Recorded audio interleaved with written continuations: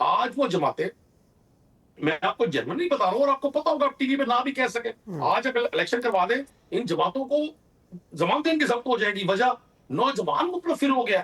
یہ چہرے دیکھ دیکھ کے 83 سے یہ لوگ حکمران ہیں، اور جب یہ باتیں کرتے ہیں پاکستان کی بہتری کی تو لوگوں کو سمجھ آ گئی ہے پاکستان سے مراد ان کے اپنے بزنس ہے. نئی نسل کی بات کرتے ہیں، اس سے لوگوں کو پتہ چل گیا نئی نسل سے مراد ان کے اپنے بچے ہیں جن کو یہ تھرڈ جنریشن میں پاکستان کو حکمران بنانا چاہتے ہیں. تو اگر تحریک انصاف ایک مطالبہ کر رہی ہے، اور تحریک انصاف کا مطالبہ ہر پاکستانی کا مطالبہ ہے کہ آپ نے 80 سال بہت تجربات کر لیے، آپ نے مختلف قسم کے سسٹمز یہاں آزما لیے، آپ ایک بار پاکستان کی عوام پر ٹرسٹ تو کریں، آپ پاکستان کے لوگوں کو حق حکمرانی تو دیں جو آئین ان کو تفویض کرتا ہے. آپ ایک بار اس سسٹم کو چلنے تو دیں. تحریک انصاف کو لوگ ریجیکٹ کر دیں گے اگر تحریک انصاف کام نہیں کرے گی. جی ندیم قریشی صاحب، آپ کا نقطہ آ گیا، بہت بہت شکریہ آپ کا. سمر ہارون بلور صاحبہ، رضا ہارون صاحب ہمارے ساتھ موجود تھے. ناظرین کرام، اسی کے ساتھ مخدوم شہاب کو اجازت دیجیے. نگہبان پاکستان زندہ باد.